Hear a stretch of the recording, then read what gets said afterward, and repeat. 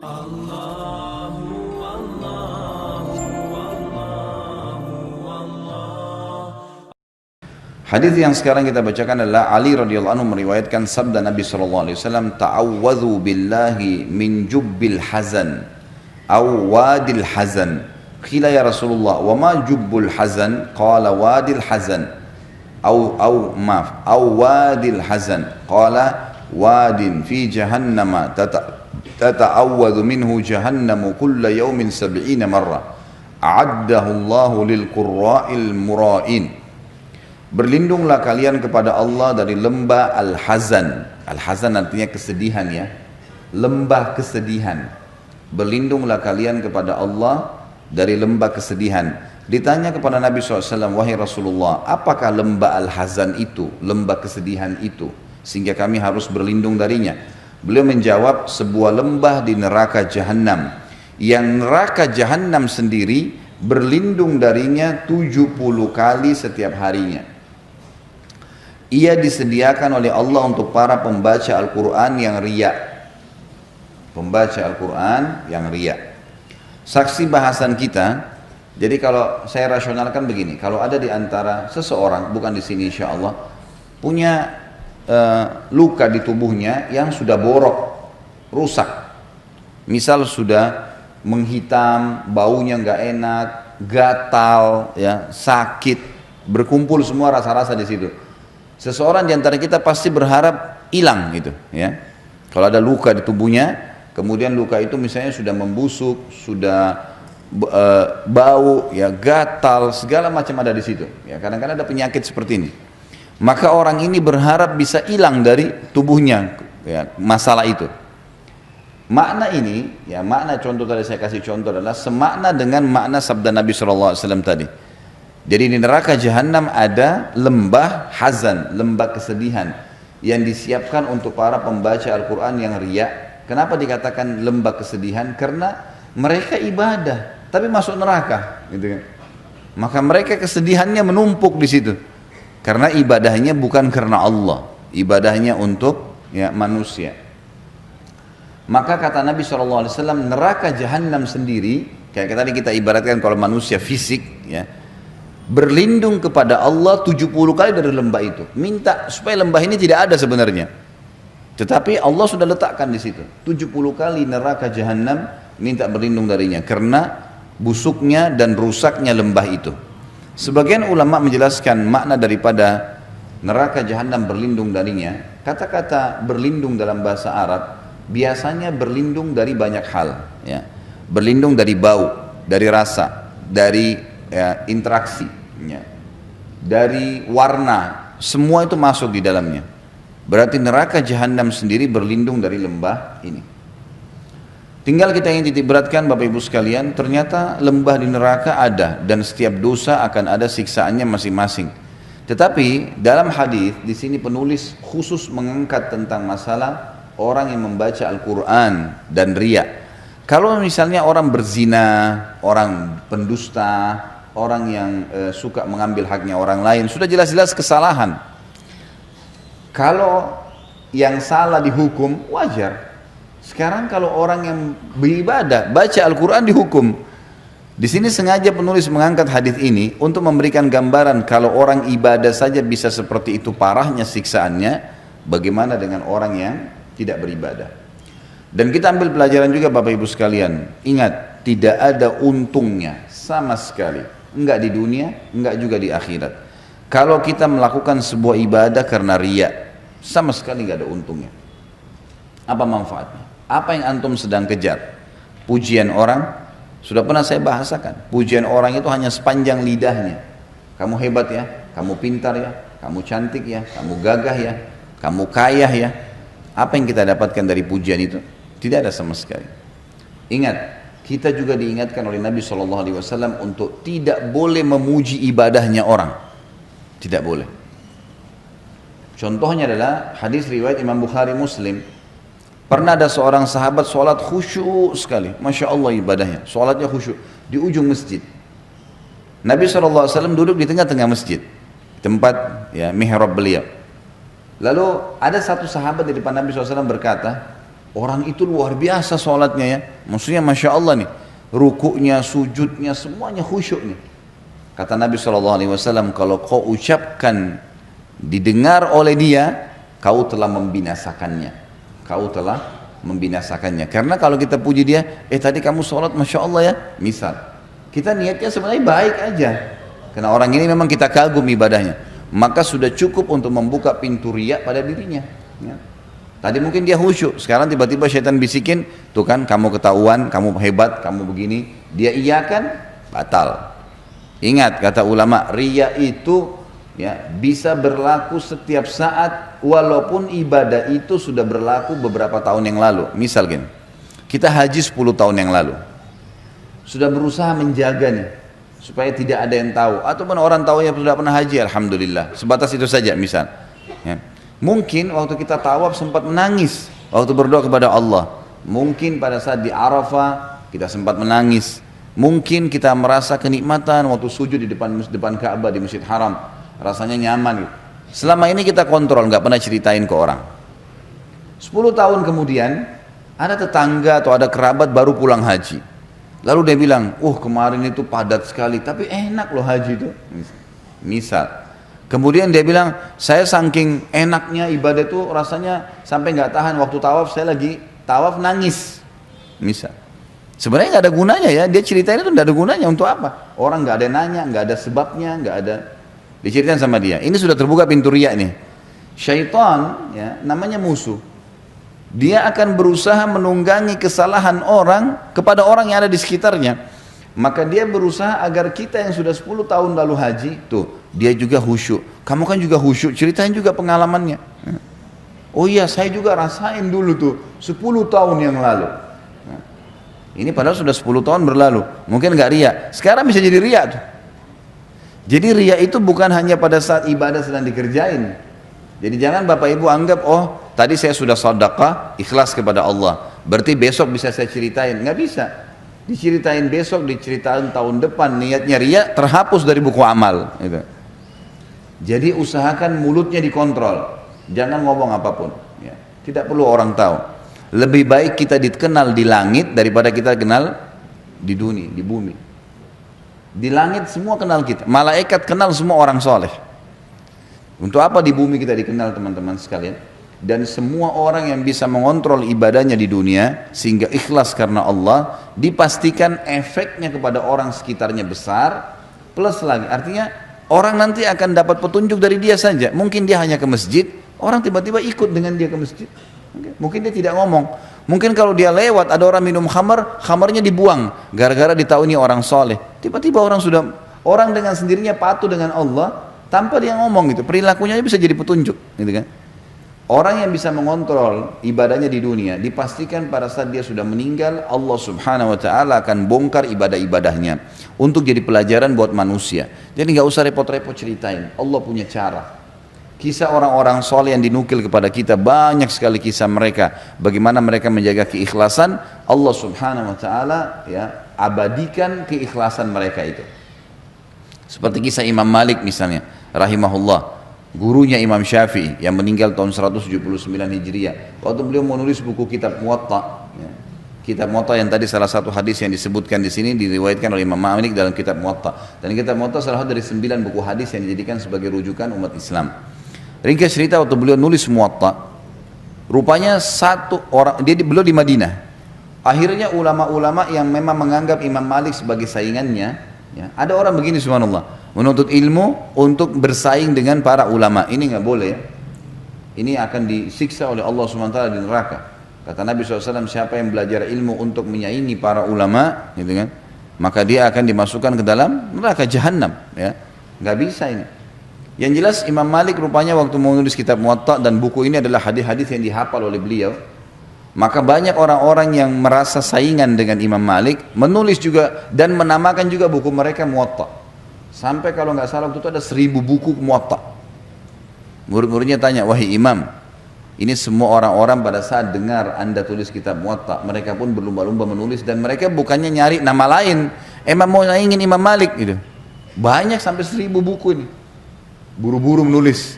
Kata Imam Malik, maka lillahi fahuwa baq. Mana yang ikhlas karena Allah pasti itu yang akan kekal. Betul, subhanallah. Pada saat Imam Malik meninggal, dan ini ulama-ulama juga meninggal, gitu kan? Buku yang tertinggal sampai hari ini hanya satu kitab Muwatta. 1000 buku hilang, nggak tahu kemana, gitu kan? Sebagian ulama sejarah mengatakan hanyut di lautan di Irak pada saat suku Tatar atau Mongolia datang ya menyerang Irak, Baghdad, ibu kota Abbasiyah pada saat itu. Tapi yang jelas orang kalau ikhlas karena Allah akan sangat membantu dia beribadah. Ya. Kiat-kiat untuk ikhlas yang pertama adalah bacalah fadilah ikhlas itu. Ya, di antaranya hadis Nabi SAW yang berbunyi, Allah tidak akan menerima amalan, riwayat Abu Daud ini ya, Allah tidak akan menerima amalan kecuali yang ikhlas kepadanya. Inna Allah la yaqbalu amalan illa ma kana khalisan liwajhi. Ya. Jadi iman tidak bisa. Kalau bapak ibu tidak ikhlas karena Allah, bukan karena Allah, pastikan percuma, nggak diterima. Ngapain kita keluarin energi, buang-buang waktu. Ya. Jadi tidak diterima. Makanya ikhlaskan karena Allah. Memang karena Allah perintahin saya kerjakan. Mau siapapun di sebelah saya nggak pusing. Ya. Ini kiat yang pertama, kenali fadilah ikhlas, dan memang dia syarat pertama diterimanya amal. Yang kedua, agar ikhlas adalah rahasiakan semaksimal mungkin ibadah-ibadah yang memang bisa dirahasiakan, kecuali yang kelihatan. Ya. Jadi kalau misalnya kita lagi ke majelis taklim begini, emang rame-rame, orang-orang sholat Idul Adha, Idul Fitri, laki-laki sholat Jumat, sholat 5 waktu di masjid, emang harus dilihat. Atau mungkin ada tamu di rumah kita ajak, sudah azan, ibu-ibu misalnya ada tamu perempuan di rumah, udah azan bu, sholat yuk, nah, kita ajak sholat tamunya, gitu kan? Itu lain, sesuatu yang memang harus ada, tinggal kita mengontrol ya, kita mengontrol bagaimana supaya tidak riak. Jadi kalau ditawarin oleh syaitan jangan diiyakan, ya. Tuh orang tahu kamu yang ajak, kamu dapat pahala, a'udzubillahi minasyaitonirrajim. Karena setiap ibadah akan tersirat riak. Nah, tapi kalau kita tidak iyakan maka tidak jadi dosa, ya, tidak jadi dosa. Jadi kita harus rahasiakan. Misal ibadah yang dirahasiakan kayak sholat malam, kayak sedekah, ya, apa sajalah ibadah yang kita kerjain. Nah, saya juga pernah singgung masalah haji dan umroh, ya. Jadi kalau orang sekitar harus tahu ya sudah, lihat nggak masalah. Tapi kalau iklanin, undang orang, ya. Kemudian pernah saya bilang itu orang kalau mau haji pakai, akhirnya ada istilah walima safar, ya. Walima itu istilah makanan untuk pernikahan dalam agama. Tapi di Indonesia yang penting ada bahasa Arabnya, ya. Walima safar, makanan ke pengantin untuk orang safar, apa hubungannya? Ya. Apa isinya? Iklanin kalau saya mau pergi haji, ya. Untuk apa diiklanin ini? Apa manfaatnya? Pernah saya tanya, untuk apa Bapak Ibu sekalian? Ya untuk kami didoain Ustaz. Untuk apa didoain? Ya mau pergi haji itu Anda yang doain kita, gitu kan? Untuk minta maaf. Untuk apa minta maaf pada saat mau pergi haji? Orang minta maaf itu setiap saat. Jangan meninggal, jangan tidur malam hari ini kecuali Anda sudah minta maaf sama semua orang yang pernah buat salah, karena kita bisa meninggal, ketemunya akhirat, bahaya, gitu kan? Jadi nggak ada alasan. Maka lebih baik nggak usah. Oh nggak enak sama tetangga kalau nggak acarain seperti mereka, nggak ada ceritanya, nggak enak. Kita punya syariat, nggak boleh. Bahkan para ulama salaf dulu, mereka ada yang pergi jihad, pergi haji, pergi umrah, tidak ada yang tahu, tidak ada yang tahu. Dinukil dalam sebuah kisah, Abu Bakar radhiyallahu anhu pernah membantu seorang ibu janda, tidak ada yang tahu. Umar bin Khattab radhiyallahu anhu menceritakan, di zaman khilafahnya Abu Bakar, beliau pun punya hajat. Beliau mengatakan, saya punya hajat dengan Abu Bakar, kemudian habis sholat duhur, saya ngobrol-ngobrol dulu dengan beberapa sahabat, ya kan? Kata Umar, nanti baru saya mau nyusul Abu Bakar ke rumah. Abu Bakar sering habis jadi imam selama khalifah pulang ke rumahnya. Maka Umar pun nyusul, pikirannya Abu Bakar di rumahnya. Abu Bakar sudah nggak ada, kemudian Abu Umar memberikan salam dari depan rumah, Assalamualaikum warahmatullahi wabarakatuh. Dijawab oleh istrinya Abu Bakar, ya. Lalu Umar berkata, mana Abu Bakar? Kata istrinya, Abu Bakar nggak pernah pulang di jam-jam seperti ini. Waktu seperti ini nggak pernah pulang.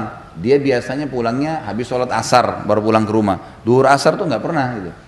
Kata Umar, tapi kami menyaksikan dia selalu pulang ke rumahnya. Kata istrinya, tidak ada. Baiklah, Umar cerdas nih. Umar nggak begitu pulang, dia pulanglah ke rumahnya, sholat asar, ketemu sama Abu Bakar, nggak ditanya sama dia. Dia nggak nanya.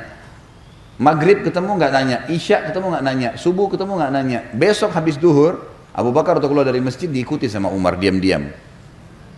Ternyata Abu Bakar jalan sampai depan rumahnya, dia lihat kiri kanan gak ada orang, terus lagi jalan lurus sampai ke ujung Madinah, jalan kaki sendirian.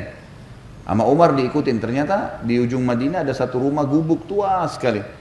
Abu Bakar pamit salam, terus ada seorang ibu tua jawab, lalu kemudian Abu Bakar pamit masuk ke dalam, diizinkan, masuklah ke dalam rumah tersebut. Umar menunggu di sebelah tembok rumah. Lalu Abu Bakar mengerjakanlah apa yang dia ingin kerjakan pada saat itu, kata Umar. Lalu kemudian setelah Abu Bakar pergi, saya pastikan dia sudah jauh, lalu saya ketuk rumah itu. Lalu saya berikan salam, dijawab oleh seorang nenek. Ya.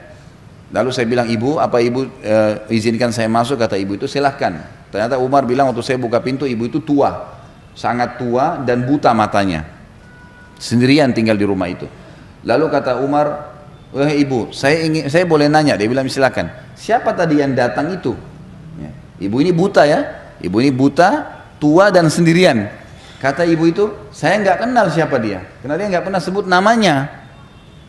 Lalu kata Umar, apa yang dia lakukan di rumah anda ini?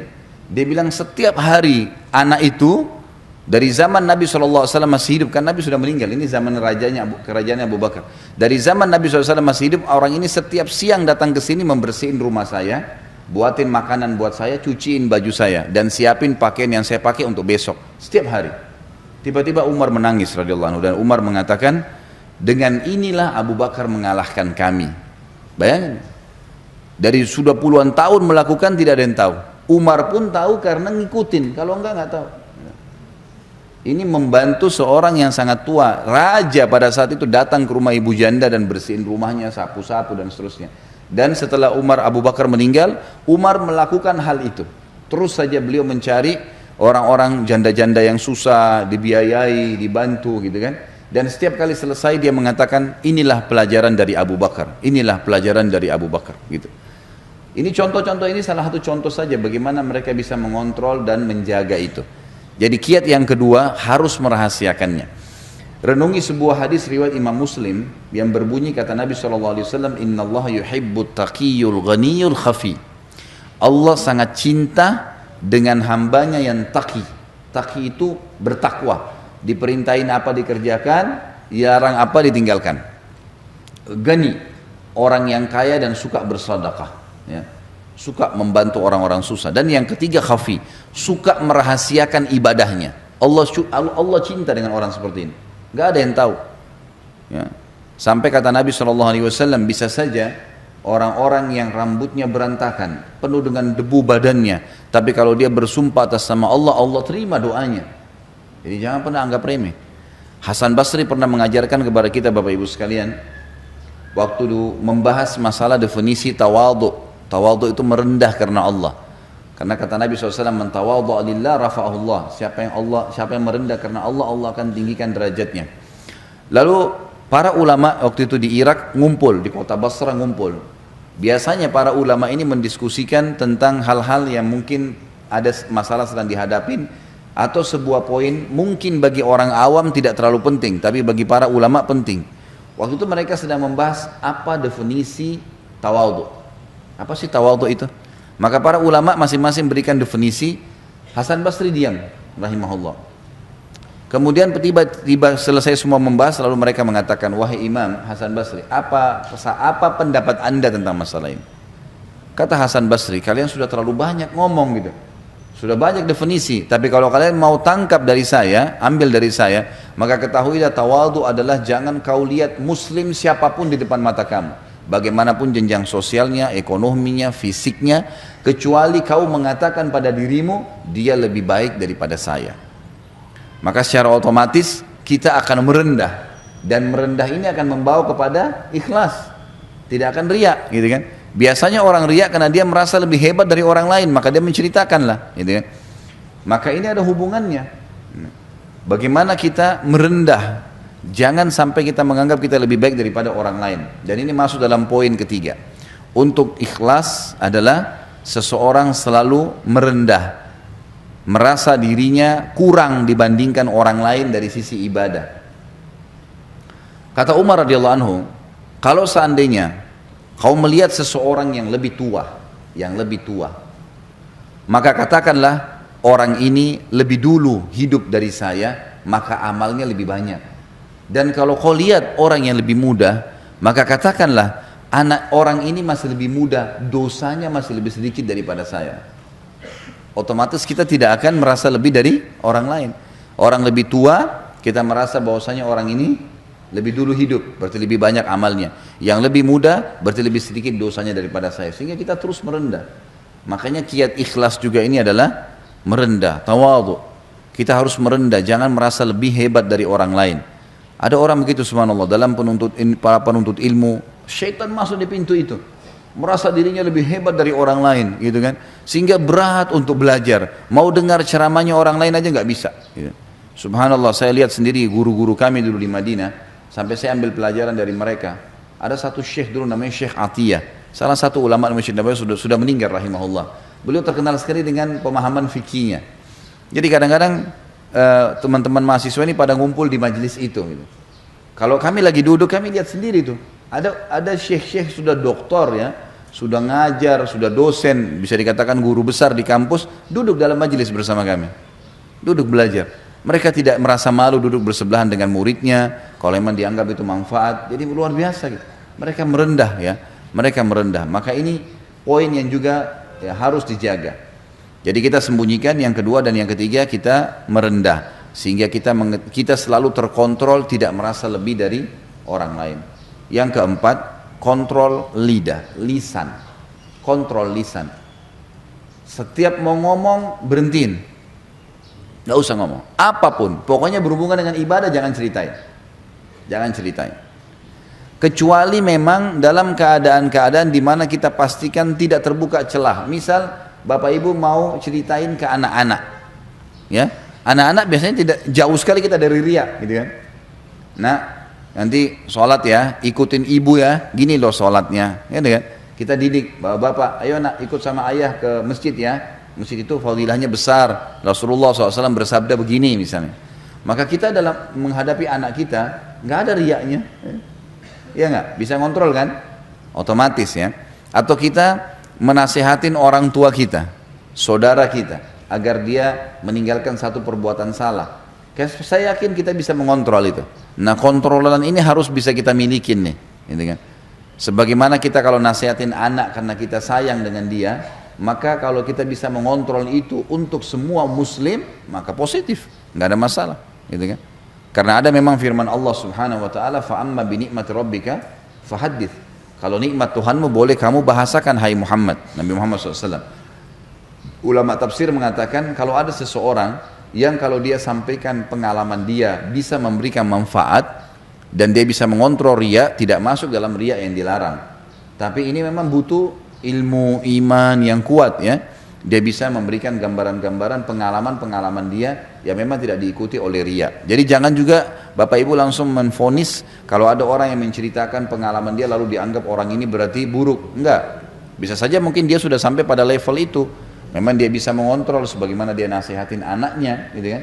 Misal di kota Jakarta ini tidak ada yang ikut jihad. Sementara jihad sekarang sedang terjadi. Lalu dia sudah ikut, dia punya pengalaman, lalu dia membicarakan, ini jihad itu begini loh, saya hadir ke sana, saya rasakan begini-begini. Untuk motivasi orang dan dia tahu dia tidak, memang betul-betul ikhlas agar umat Islam ini ayo bergerak, misal, gitu kan. Maka itu tidak ada masalah. Sama halnya juga kata ulama, orang kalau menyampaikan program-program, ya, seperti sering saya bahasakan setelah mengambil fatwa ulama tentang bolehnya menyampaikan program. Kayak saya sering sampaikan, ini ada program sosial Bapak Ibu sekalian seperti ini, seperti ini, seperti ini. Kalau kita nggak sampaikan orang nggak ngerti, gitu kan. Maka harus disampaikan. Teman-teman yang minggu lalu waktu datang teman-teman dari yang mengantar bantuan ke Syria, memang mereka pengalaman di lapangan, mereka harus sampaikan, memang kami buka sekolah tahfidz Quran, kami membuka pabrik-pabrik roti buat memberikan makan ke orang-orang, dan harus diceritain untuk orang jadi tahu supaya memang mereka termotivasi mengerjakan ibadah itu. Tapi kalau dia juga menceritakan itu karena dia ingin dipuji, ya sama, berarti masuk dalam bab riya. Baik. Itu saya tambahkan karena memang ada disebutkan di sini tentang qurra'ul mura'in, ya. Orang-orang yang baca Quran karena riya. Tentu ini contoh, maka semua juga masuk dalamnya seperti sholat karena riya, sedekah karena riya, dan seterusnya.